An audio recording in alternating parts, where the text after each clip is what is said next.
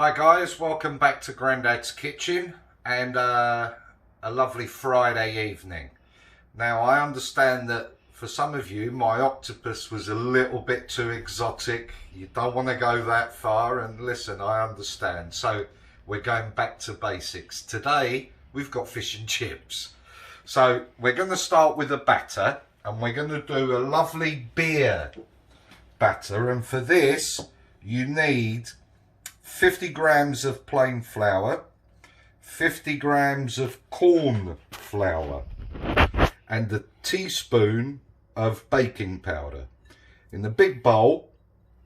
And all I've done, once it's all in there and mixed, I've just taken a teaspoon and put it in a separate container. So all my flour is mixed with my baking powder, and now for the liquid. And then we're going to have to let this rest, so hence we're starting with the with this. So for the liquid, we're going to need 75 fluent ounces of beer. Can that be any kind of beer? Any beer that you've got in the house is not a problem. Then the key here is you need some sparkling water. And what you're going to do is make the batter really nice and light. And exactly the same amount, so 75 and 75 when I was at school was 150. So that's it. We've got 150 of our fluid. And now I'll get a spoon, I think would be easier. Basically you just... I'll get that one out of the way. Little well in the middle, some of the liquid in there, and let's start mixing it all in. And then hopefully we'll end up with a nice creamy, there you go, a little bit more. And also, depending on flours, you might get, you know, a flour that's a little bit thicker than others, but I'll show you what the consistency that you're looking for is. Good mix of that. So I'm just gently adding the liquid. Keep turning that bowl because we don't want any lumpy bits. And then you speed up, and you could do this with a whisk if you wanted. Right, so out of that 150 I've left a little bit in the bottom. I don't need all of it. I mean, this is a lovely consistency, just like a sort of a cream consistency. That's what you're looking for. And now we're going to let this rest for half an hour. In the meantime, you get your chips ready, get them cut, put them in boiling water for 3 minutes, drain them, and then we fry them. So you get that real chip shop feel, crispy.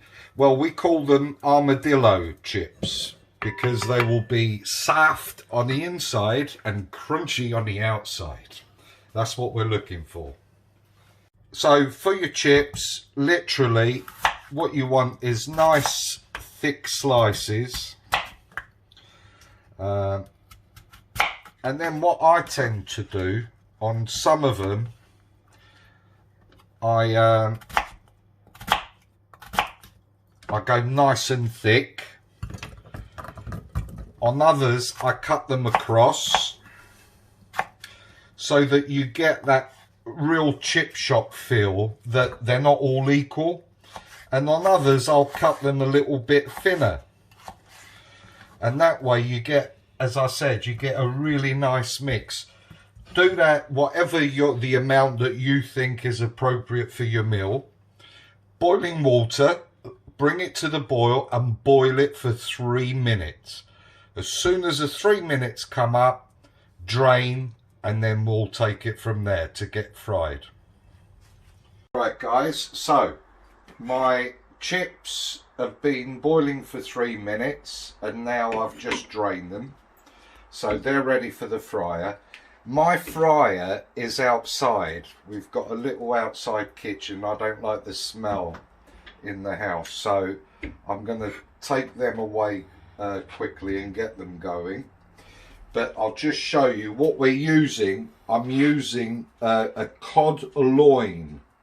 So there's only 2 of us, so 2 cod loins, and that's what we're going to do. You're going to need to get a big pan with a minimum of 1 litre of oil to do your fish in. So let's get that on, get that heated up, and then we can put our fish in. Vegetable oil? Frying oil, sunflower oil. Ooh. Okay.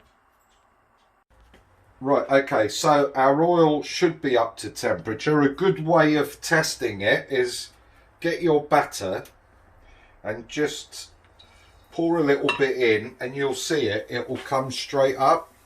So the oil is ready.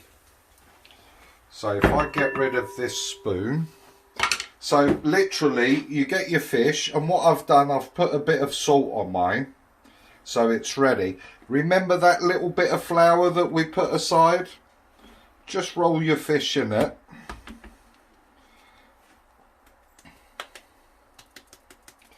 Just very roughly into the batter. This is the nice messy bit now. And into the oil. Right, okay, so we've got our batter is lovely and golden. So we put it on the kitchen towel, get rid of all the excess oil. And there we have it.